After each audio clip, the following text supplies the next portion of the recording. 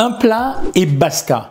C'est l'idée que j'ai eue pour le nouveau livre qui va s'appeler Maigrir, un plat et basta. Est-ce qu'on peut maigrir avec un plat unique? Bienvenue sur la chaîne Jean-Michel Cohen, la chaîne où on ne parle que de nutrition et où on ne vous prend pas pour des patates. Eh ouais. Moi, je suis assez réputé pour essayer de casser les dogmes et les tabous, simplement parce que je m'abrite derrière la vraie histoire de la nourriture. Quand vous voulez maigrir, on vous file tout le temps tout un tas de recommandations, c'est-à-dire manger assis, à table, faites 3 repas par jour, ne sautez pas un repas, essayez d'avoir dans votre assiette, allez, des féculents, des légumes, de la viande, etc. Bon, il y a une partie de ces consignes qui est vraie, mais il y a une partie de ces consignes qui est largement outrepassée. Je vais vous donner un exemple. Regardez, en 2014, quand je mets en valeur le jeûne intermittent, tout le monde me saute dessus. Comment, Jean-Michel? Il a dit que sauter un repas ou ne pas prendre un repas pour faire un jeûne de 16 heures, c'est n'importe quoi. Alors que le petit déjeuner, le repas le plus important de la journée, le repas du soir, oui, certes, il faut manger léger, mais on doit le prendre, etc. Et pourtant, qu'est-ce qui s'est passé? Il y a plein de gens qui ont fait ce jeûne intermittent.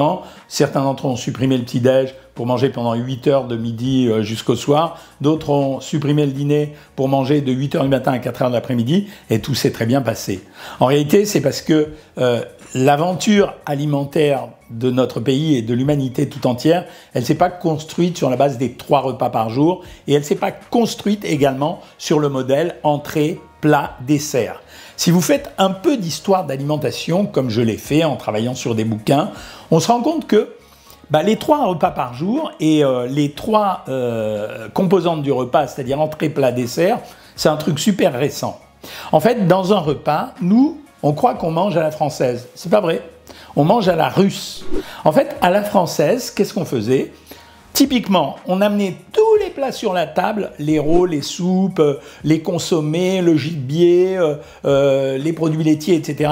Et chacun se servait dans un ordre, d'ailleurs très très rigolo. C'est-à-dire que les aliments les plus prestigieux et les plus valorisés, hop, on les mettait du côté des gens les plus importants. Et puis les gens qui étaient considérés comme les moins importants, on mettait le reste. Et chacun se servait dans son assiette à sa guise. C'était comme ça que ça se passait. Contrairement à ça, en Russie, il y avait une organisation du repas qui faisait qu'on servait les soupes et les consommés d'abord, ensuite les hors-d'œuvre après, ensuite les plats par la suite, et ensuite les sucreries. Donc il y avait une distribution des repas comme ça, c'est-à-dire c'était dans l'ordre dans lequel on devait les manger. Donc en fait, notre système de consommation alimentaire, il ressemble plus à la consommation à la russe qu'à la consommation à la française. Et quand on refait l'histoire de l'alimentation, on se rend compte que les Romains mangeaient comme nous, les Français, au Moyen-Âge ou à la Renaissance, c'est-à-dire qu'eux, ils mettaient tout sur la table et ils se servaient. Après, notre modèle des 3 repas par jour, en fait, il arrive à la fin du 19e siècle.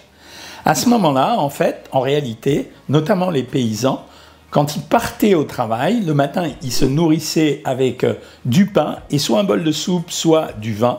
En fait, ils avaient besoin d'énergie pour aller travailler. Puis ils emportaient avec eux un repas qu'ils pouvaient prendre entre 14 h et 18 h et basta, c'était fini. Donc ça voulait dire que ce modèle, c'était 2 repas par jour. Regardez aujourd'hui ce qui est en train de se passer. On vient de parler du jeûne intermittent, mais en même temps, il y a des gens qui pratiquent ce qu'on appelle le OMD ou On Meal a Day, un seul repas par jour. Et il y a des gens qui s'estiment très très heureux en mangeant une seule fois par jour, c'est-à-dire une fois toutes les 23 heures, mettons que ça dure 1 heure. Est-ce que ça a une nuisance sur notre santé?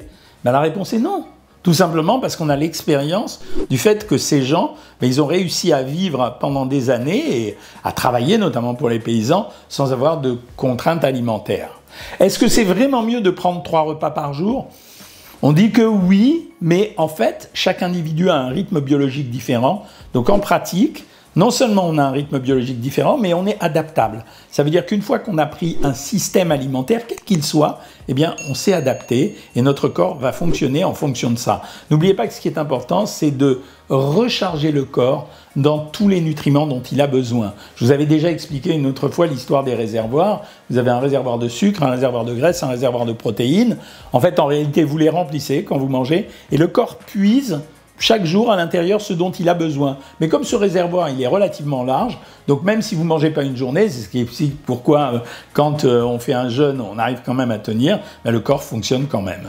Et quand on reprend l'histoire du 19e siècle, on se rend compte qu'il y avait différents types de modèles. Je vais parler des paysans, mais il y avait également un modèle à 4 repas par jour. Tout ça, je l'ai expliqué dans le bouquin Un plat et basta. Et puis, il y avait un modèle à 2 repas par jour, et il y avait même un modèle à 3 repas par jour. Donc, en fait, c'était chacun faisait comme il voulait. Donc, ça veut dire qu'il n'y a pas de dogme concernant les prises alimentaires. Voilà pourquoi il n'y a pas de dogme concernant non plus ce dont je vous ai parlé au début, l'entrée, le plat et le dessert. D'abord, est-ce que c'est compatible avec la vie moderne? Ben non, regardez ce qui se passe. Ça veut dire de plus en plus de célibataires, de couples jeunes et même de vieillards tels que moi. Ben, on prend le téléphone, clic-clac, on va commander sushi, burger, etc. Vous croyez que quand je commande sushi, burger, tacos ou pizza, j'ai pris une salade en hors d'œuvre, la pizza après, le yaourt par la suite et le fruit? Non! Sauf que ce que je reproche à ce système, c'est qu'en fait, il n'est pas du tout équilibré. Quand j'ai pris une pizza et basta, c'est pas du tout équilibré. Toujours dans le nouveau modèle alimentaire, ça veut dire que, contrairement à ce qu'on pense, 8h, midi, 18h ou 19h ou 20h, en fait, c'est un modèle totalement social. Rien à voir avec nos besoins et nos envies. Et quand on regarde toujours l'histoire de l'alimentation, ce que j'ai fait dans le bouquin, on se rend compte qu'en fait, il n'y avait pas d'horaire pour les repas. Ça veut dire qu'il y en avait qui mangeaient à 8h du matin, d'autres à 10h du matin, d'autres qui prenaient à 3-4h de l'après-midi, d'autres à 22h ou 23h. Donc en fait, ça correspondait d'ailleurs beaucoup mieux à notre sentiment. Pourquoi je dis un plat et basta? Ça veut dire que les contraintes de la vie moderne, elles nous imposent quand même, de faire des courses relativement rapidement et relativement économiquement. Deuxièmement, d'avoir peu de temps pour préparer la cuisine. Et troisièmement, d'essayer quand même de remplir nos obligations alimentaires qui sont quand même pas trop compliquées. Rappelons, qu'est-ce que c'est qu'un vrai bon repas sur le plan nutritionnel? Ben, normalement, on a une dose de végétaux, bon, d'accord, crudités, légumes, etc. Une dose de protéines, bon, d'accord, viande, poisson, fromage, volaille, etc., les œufs. Une dose de graisse, donc huile, beurre, matière grasse, même du fromage qui peut remplacer les graisses. Et une dose de fibres si on n'a pas suffisamment de végétaux. Qu'est-ce qu'il y a d'impossible à fabriquer un plat avec, dans la même assiette, une composition, pas forcément en faisant un tiers, en faisant un plat qui soit suffisamment intelligent pour composer l'ensemble des choses. Tiens, tenez, je vous donne un exemple.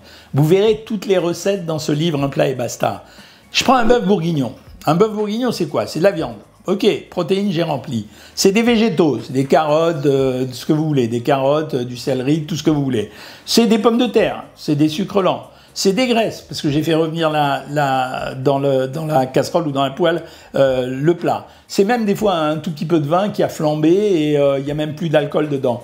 Ben, c'est quasiment un plat unique et je pourrais manger juste un bœuf bourguignon parce que j'ai ma viande qui fait mes protéines, j'ai mes féculents, j'ai mes légumes, et si je veux vraiment être super au taquet, je vais compléter le repas si je n'ai pas mangé beaucoup de légumes par un yaourt ou par un fruit. Voilà pourquoi je dis qu'il ne faut pas avoir de dogme en termes d'alimentation. Les gens qui ne connaissent pas l'histoire de l'alimentation, ils pensent que le système est immuable. Ça veut dire matin, midi, soir, dans le repas, entrée, plat, dessert, mais c'est tuant. On fait plus ça. On peut manger équilibré, mais on a plein de variantes possibles. Une quiche, ça peut être un plat équilibré. Je sais pas, un sandwich, ça peut être un plat équilibré. On peut faire un poisson et le cuisiner avec le farcir à l'intérieur avec des légumes et mettre de la purée à côté. Ben, tout est possible.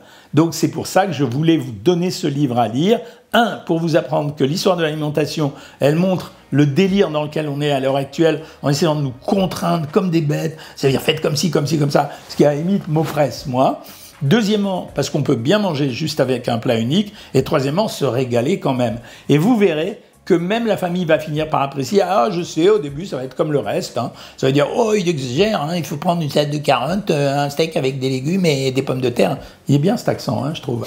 Un steak avec des légumes et des pommes de terre, et puis après, il faut prendre un yaourt et un fruit. Mais vous me saoulez! Ça veut dire, non, j'ai pas envie de faire ça. J'ai envie de manger un truc sympa, que je vais préparer, tranquillement, le manger doucement, me faire plaisir, kiffer, et en même temps être sûr que je mange bien. Voilà, Un plat et basta. C'est le nouveau livre que vous allez pouvoir lire. Il est marrant, il y a plein de recettes, il y en a 80. Il y en a pour tous les goûts, hein, végétarien, végétalien, flexitarien, normal, etc. Vous allez le kiffer, ça j'en suis sûr. Alors si vous avez aimé cette vidéo, bah, bien sûr, vous me faites des commentaires, des critiques des fois. Ça ne me dérange pas les critiques. Je vous déteste, mais ça ne me dérange pas. Vous me proposez des idées de vidéos, mais surtout, soyez gentils, likez-vous, abonnez-vous. Je me fatigue pour vous. J'ai 1 million d'abonnés, il y a 1 million de personnes qui ont liké et qui se sont abonnés. À vous de le faire. Salut les amis!